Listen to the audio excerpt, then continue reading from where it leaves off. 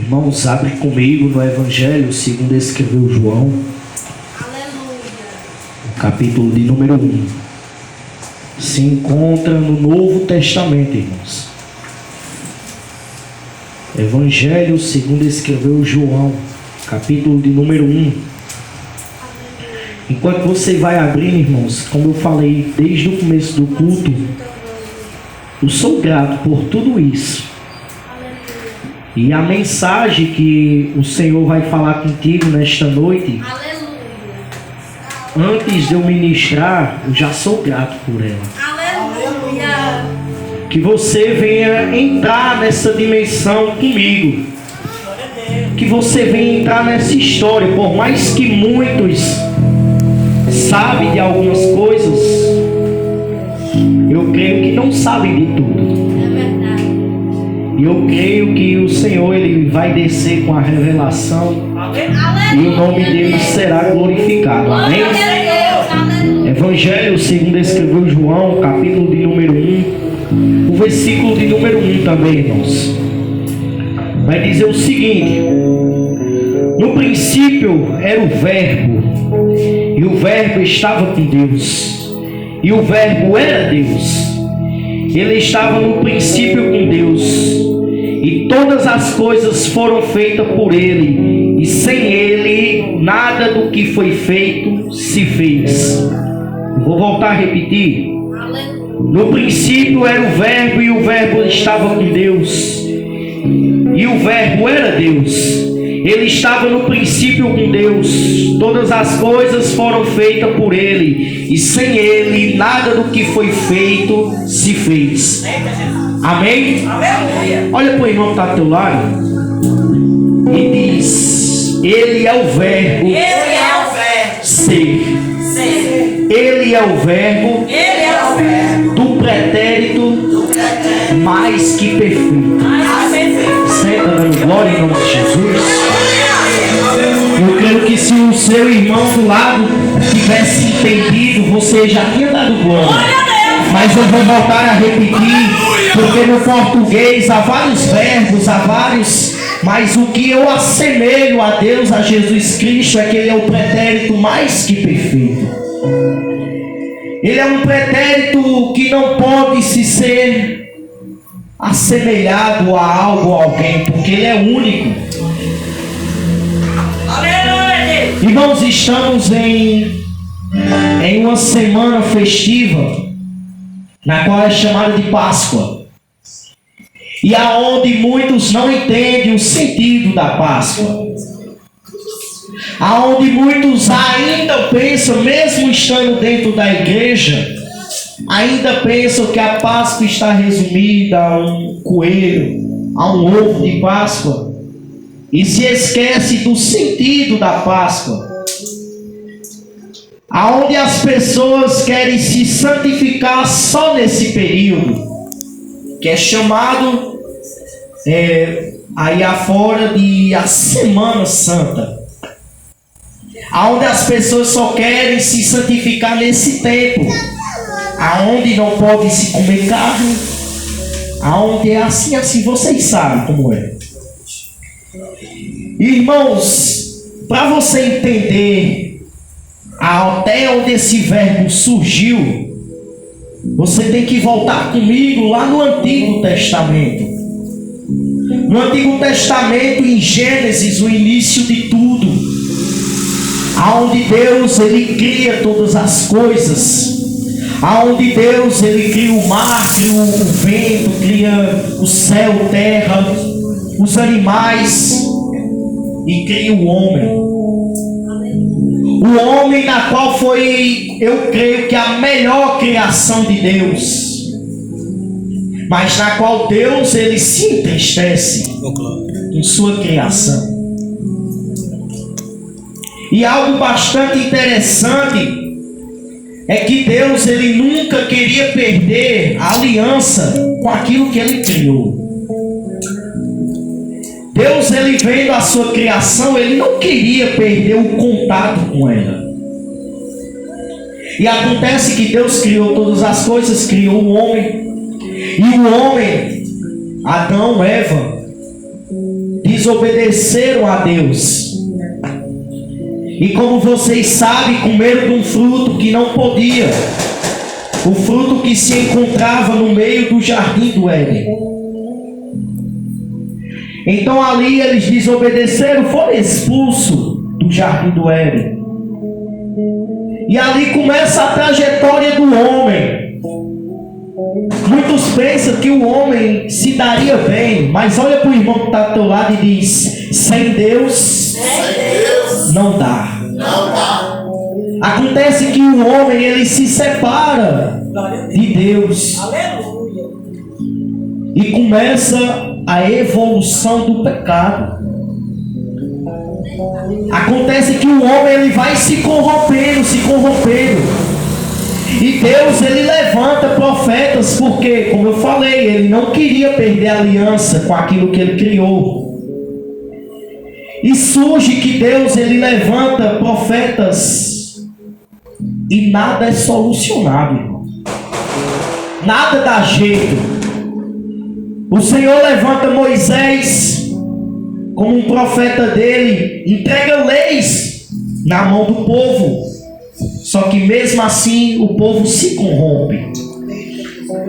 O próprio Deus, irmãos, ele se manifestava de uma forma tão incrível, mas mesmo assim as pessoas não iam conforme Deus queria. E eu creio que nessa geração também, eu creio que se Deus se manifestasse da mesma forma do Antigo Testamento, mesmo assim as pessoas não iriam conforme os seus mandamentos. E Deus levanta profetas, entrega leis, entrega profecias. Deus ele mata, Deus ele fere. E mesmo assim o povo não liga, continua se corrompendo. E Deus ele levanta alguns profetas messiânicos. Para você que não sabe o que é profeta messiânico, são profetas que anunciavam a vinda do Filho do Homem. Profetas que anunciavam aquele que vinha nos salvar, Jesus Cristo. Então acontece que Deus ele levanta também esses profetas.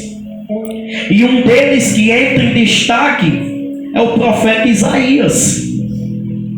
O profeta Isaías que anuncia, porque, como eu falei, Deus ele não queria perder a aliança com o homem. E diz: olha, está vindo aí. Mas só que antes disso, surge uma pergunta no céu: a quem eu enviarei? Silêncio no céu, silêncio na terra. Em algumas Bíblias, do Antigo para o Novo Testamento, tem até umas folhas em brancas. E essas folhas em branco, irmãos, significam o silêncio de Deus. E Deus ele brada. Eu creio, eu posso até contemplar, imaginar aquela voz como de trovão. Aquela voz de quem não queria perder a intimidade com sua criação. E ele diz: a quem eu enviarei? E Jesus, bradando, eu creio que mais forte ainda, saindo de dentro de Deus, diz: Pai, envia a mim. Glória a Deus. E muitos podiam se perguntar: Lucas, não podia ser qualquer um, não? Aí é que está, que tinha que estar puro. Aleluia. Tinha que ser puro, que tinha que não se contaminar com o pecado. E Jesus: o único aqui sou eu. E eu vou descer, mas não é para julgar, é para salvar. Eita glória! Eu vou descer, mas não é para julgar, é para salvar. Aleluia! Eu vou descer, mas não é para matar, é para salvar. Glória a Deus!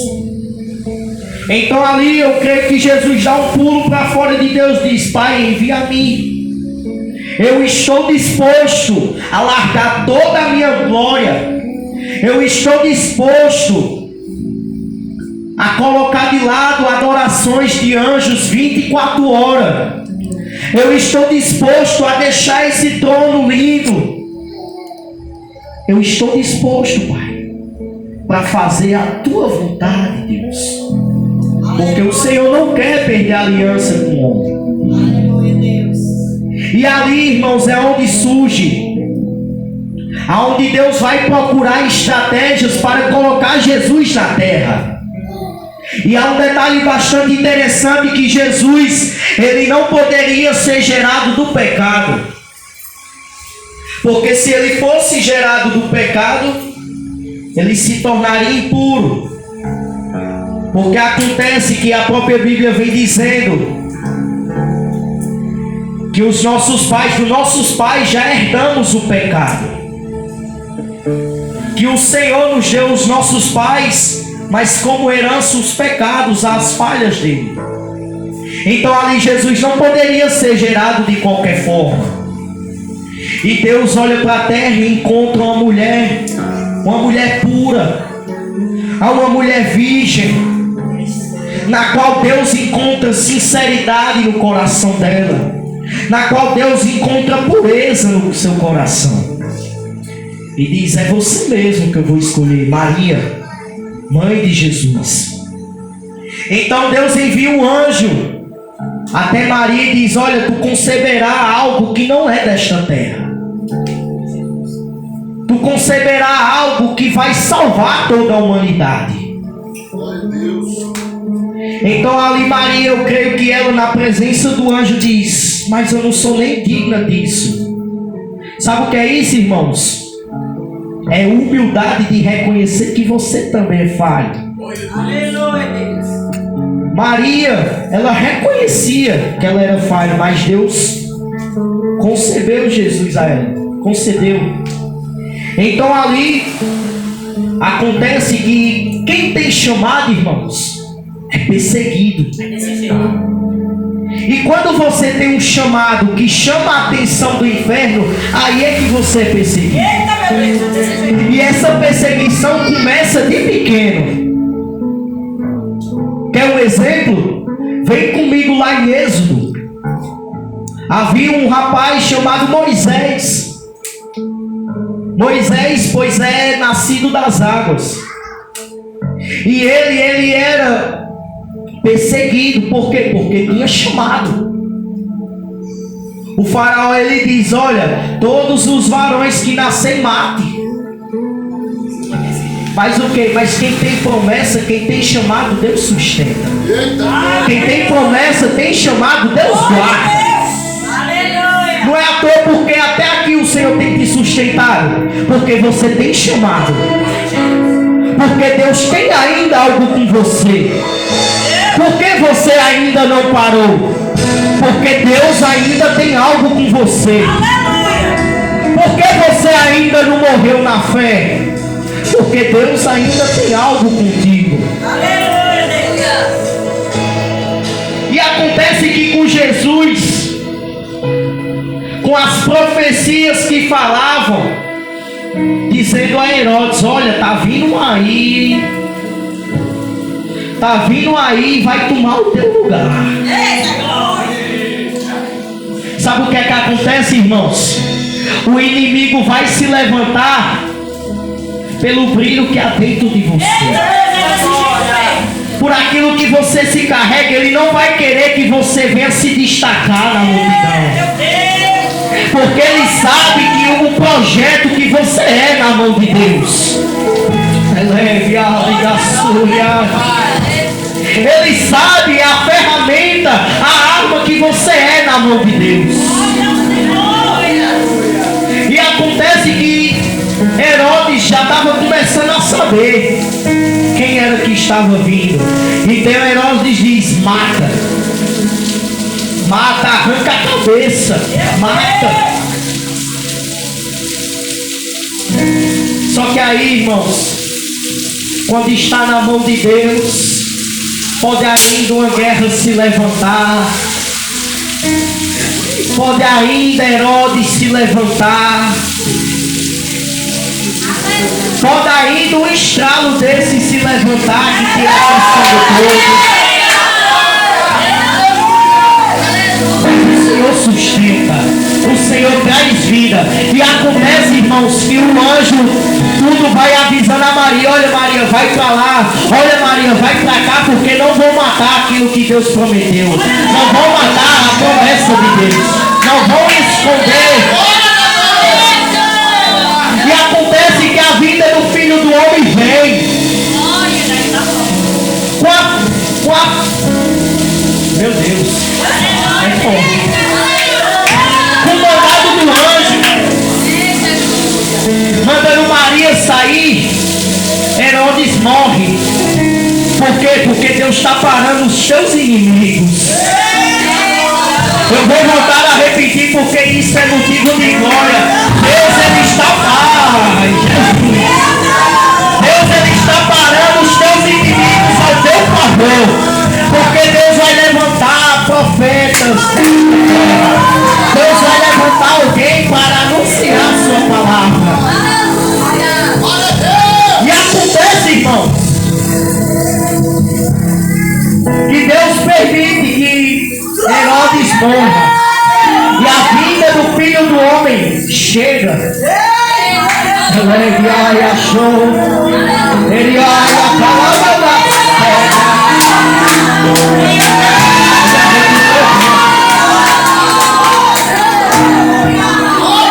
acontece que o Verbo, ele se fez carne e habitou no nosso meio.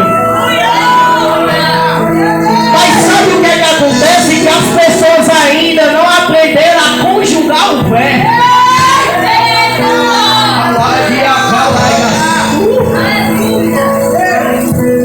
As pessoas ainda não entenderam e não aprenderam a conjugar esse verbo. Esse verbo, querido, eu quero te dizer que ele não era, que ele não foi, ele é. Eu quero te dizer que esse verbo, ele é. Ele é o mesmo Deus de ontem, ele é o mesmo Deus de hoje, e é o mesmo Deus que vai entrar com providência amanhã.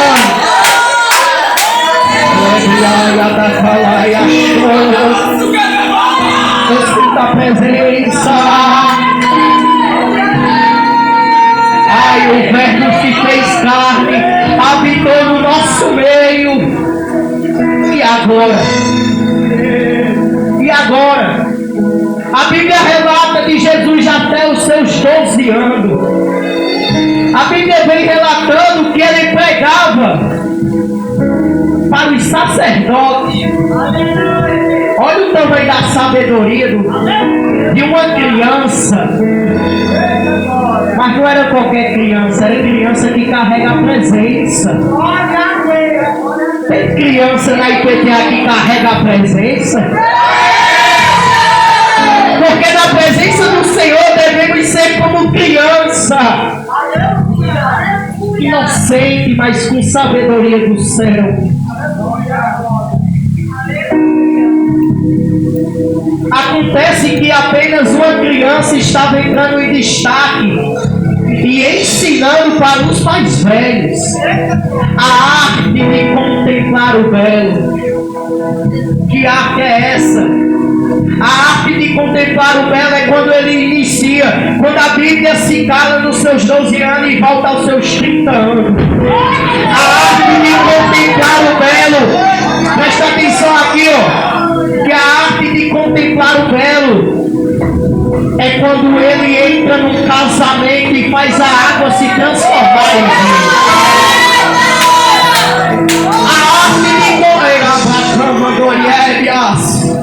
A arte de contemplar o belo, quando ele mostra que aquilo que era impossível para o homem é possível para Deus. Jesus, ele é convidado para um casamento,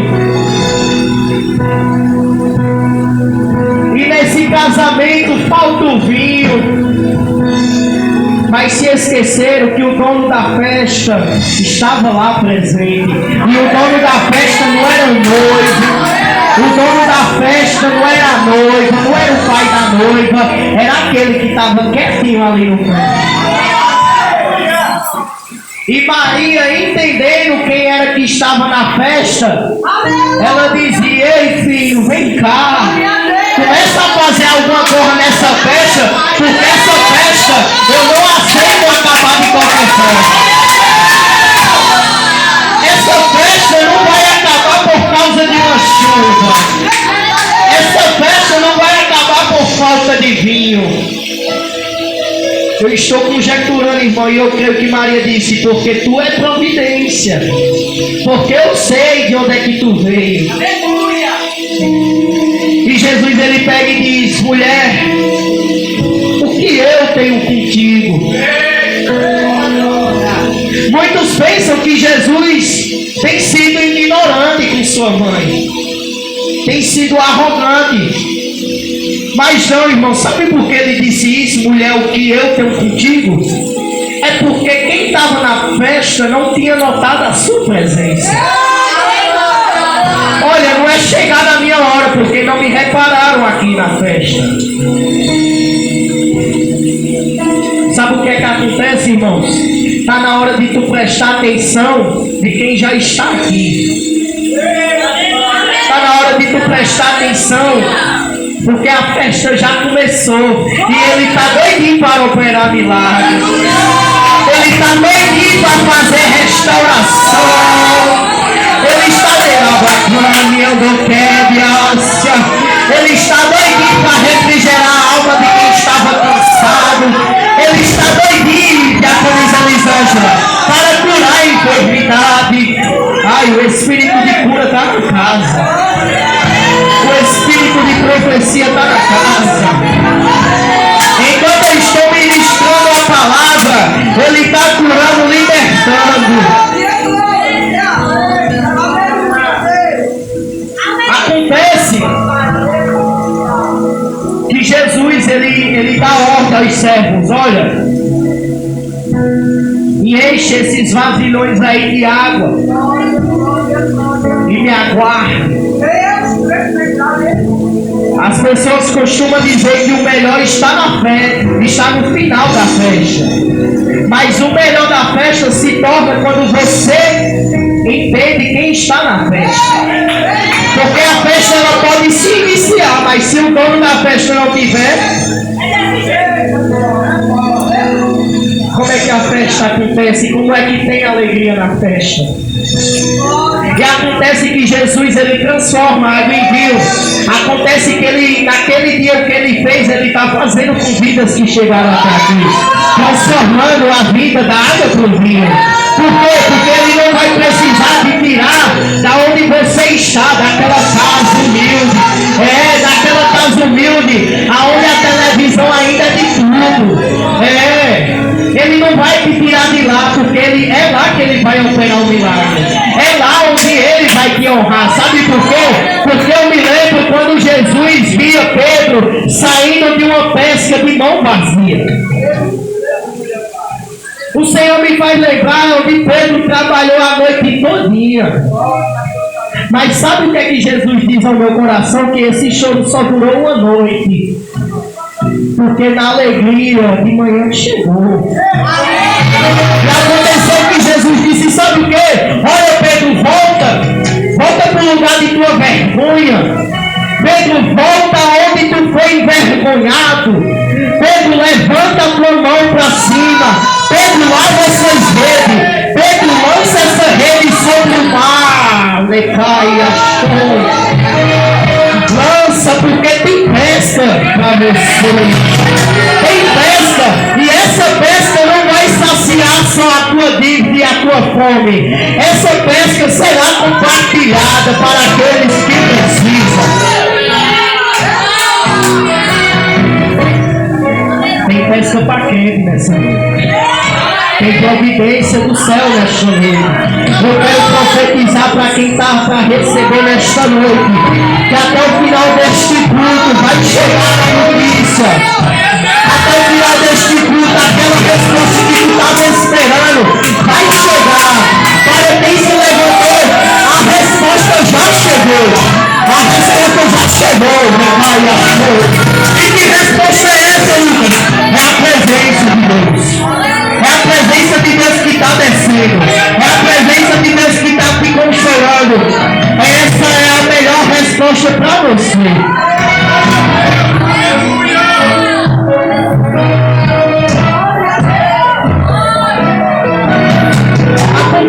irmãos, que ele vem impressionando os seus discípulos. Acontece que ele vem impressionando aquela multidão que o seguia. Como eu te falei, com a arte de contemplar o belo dos milagres, o belo que saía de sua boca, as bem-aventuranças, aquele enigma que só Jesus conseguia desvendar, aquelas histórias que Jesus contava e que ninguém conseguia entender. Então ali logo mais à frente, irmãos, ele vai operando milagres. E aonde eu entro na história do sentido da Páscoa. Porque Jesus, ele não veio só para te confortar. Jesus, ele não veio só para passar a mão na sua cabeça.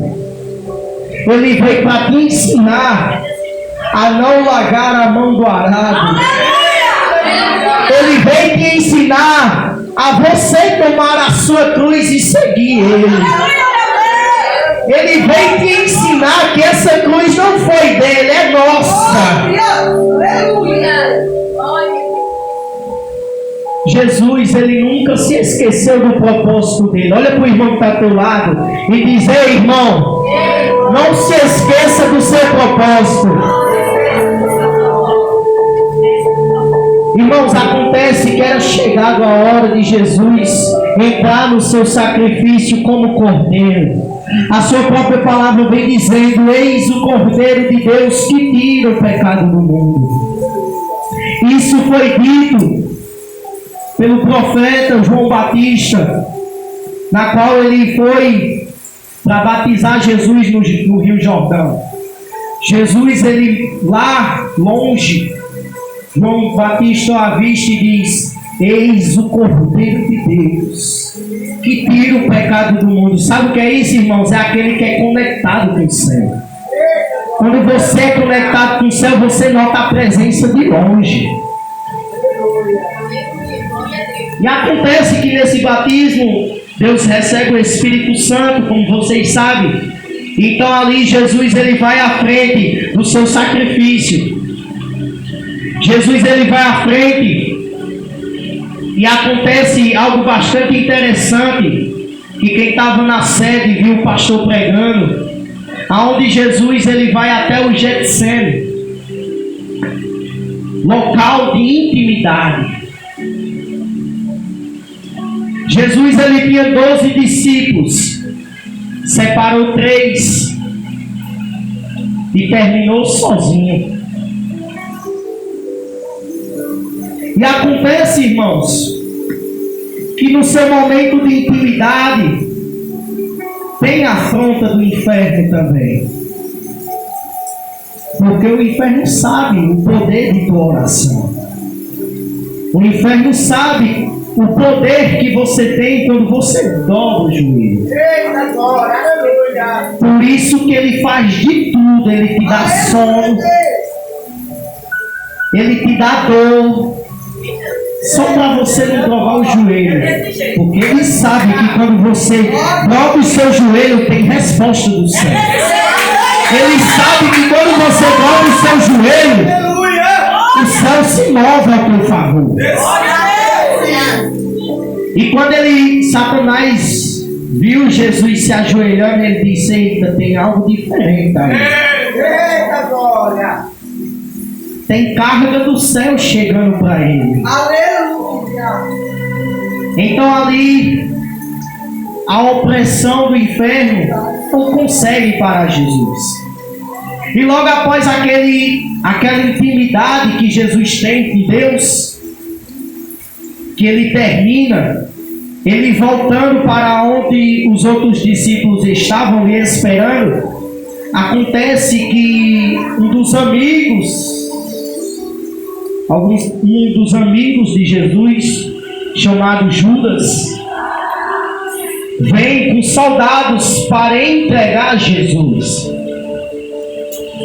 E Jesus disse: Judas, me traístes com um beijo. E ali os soldados perguntam: Jesus de Nazaré. Sabe o que é que acontece? Que sobre Jesus tem um espírito de ousadia, de coragem. E ele diz: sou eu. Eu sou aquele que você procura. Eu sou aquele que você está procurando. Se fosse outro, tinha fugido. Se fosse outro, tinha entrado no mato adentro. Mas não, ele disse: sou eu a quem você procura. E Jesus, sem nenhum trabalho, ele se entrega. Pedro ainda tenta defender Jesus, tira a sua espada da baía e corta a orelha de Malco. E Jesus, mesmo no momento de dor, de angústia, de desespero para muitos, ele sempre teve a sabedoria dele de ensinar. O que está faltando em nossas vidas é isso, é sabedoria nos momentos difíceis. É sabedoria em falar, em agir na hora certa. E Jesus disse: olha, Pedro, guarda tua espada, porque o ferro fere, o ferro será ferido. E ali Jesus, ele cura Malco, coloca sua orelha de volta. E há um detalhe, porque ali para Malco podia ter acabado a história de Malco. Porque eu não sei se vocês sabem, mas Malco, ele estava para ser um sacerdote naquele tempo. E para ser um sacerdote teria que estar perfeito. E ali eu creio que Pedro, por um instante, tinha matado o sonho de Malco. Mas a sorte de Malco era que o milagre estava na frente dele. Ei, o milagre está na tua frente. Glória a Deus. O milagre está na tua frente. E acontece que Jesus cura o mal, que ele vai para o seu propósito. E levam Jesus. Só que aí não conseguem encontrar causas para crucificar Jesus. Mas aí muitos vêm dizendo: este é um blasfemador, ele blasfema contra Deus. E Jesus mantém silêncio. Sabe o que é que Jesus está dizendo para nós? Mantenha em silêncio no teu processo. Fica em silêncio no teu processo, porque o propósito vem já e eles vão contemplar ao terceiro dia. Derruba este templo e verás que em 3 dias eu levantarei. É só para quem lê Bíblia, irmão, vai estar entendendo o que eu estou dizendo. E acontece que dão chicotadas em Jesus por mim e por você. Aquela chicotada na qual as suas carnes, elas saíam do corpo de Jesus. Chicotadas por um chicote chamado azorraio, que eram feitos, irmãos, de pregos, de pedaços de ossos, na qual quando chicoteavam Jesus, ele vinha trazendo a carne de Jesus. Imagina aí você quando simplesmente cai, leva um tropeção que arranha o seu joelho, você já sente dor, você só falta despedaçar, principalmente a mulher que é mais sensível, só falta despedaçar. Imagine para ele que aguentou tudo isso calado. Vai só entrando na história comigo, irmãos. Vai só tentando imaginar a dor dele, e ele calado. Ele não podia chorar, ele não podia murmurar. E acontece, irmãos, que depois de chicotear já era para ter encerrado por aí. Mas só que gritam: crucifica. E quem falou isso, irmãos, era a mesma multidão que andava com eles. Cuidado na multidão que anda ao teu redor. Cuidado nessa multidãozinha que vem te dizendo que você é profeta. Cuidado cuidado nessa multidãozinha que vem dizendo: você é um homem de Deus, você é uma mulher de Deus. Cuidado. Que essa mesma multidão que na primeira oportunidade vão mandar te crucificar. Profeta não tem amigo não, rapaz. Quem é escolhido por Deus não tem negócio de amizade não.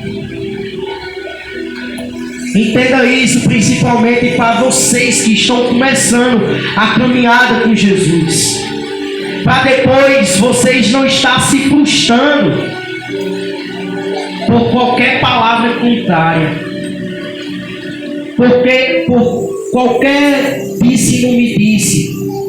Acontece que muitos querem parar, mas Jesus está te alertando: cuidado com a multidão, cuidado com Judas. Então ali acontece, irmãos, que ele manda o crucificar, e Jesus ele começa a subir para o Gólgota, local da caveira, para muitos local de morte. Então ali Jesus vai subir naquela ladeira de pedras pontudas, descalço, com as feridas abertas, doendo, ardendo, e Jesus calado. E Jesus calado. E ali crucificam Jesus. Eu estou acelerando porque nós estamos com pouco tempo. E crucificam Jesus. E ali Jesus, ele se entrega à morte. Não mataram Jesus. Ele se entrega à morte. Porque nem homem, nem demônios tinha poder para matar ele. Então ele se entrega, ele desce ao inferno, pega a chave da morte. E ele vai entregar o sacrifício a Deus. E colocam ele sobre um túmulo.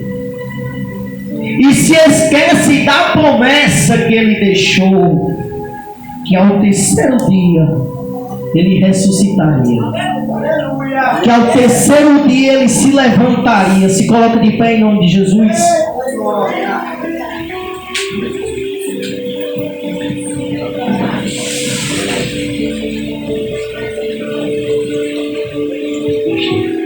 Glória a Deus. Corrigindo, Jesus ele não se entrega à morte, ele se entrega como sacrifício a Deus. Então acontece, irmãos, que ele ressuscita e todo olho vê que ele está subindo. E sabe o que é que Jesus quer finalizar nesta noite? Que da mesma forma que ele subiu, ele vai descer para buscar a sua igreja. Que da mesma forma que todo olho viu ele subindo, vai vir ele descendo e vai encontrar a igreja dele lavada e remida pelo seu sangue. Quem está preparado aí para a vinda de Deus? Quem está preparado, irmão, já era motivo de você dar glória, porque esse é o sentido da Páscoa. É aquela morte de cruz por mim e por você, para que nós tivéssemos vida com abundância, para que nós tivéssemos chance de ser salvo, para que o nosso ministério fosse avivado novamente. Esse é o verdadeiro sentido do Evangelho. É você entender quem morreu por você na cruz. É você entender e começar a dar valor e não chegar de todo jeito na presença dele. Não querer fazer as coisas para ele de todo jeito. Glória a Deus. Começa a se consertar na presença dele. Amém? Amém. Eu agradeço minha rica oportunidade, passa a direção do pastor.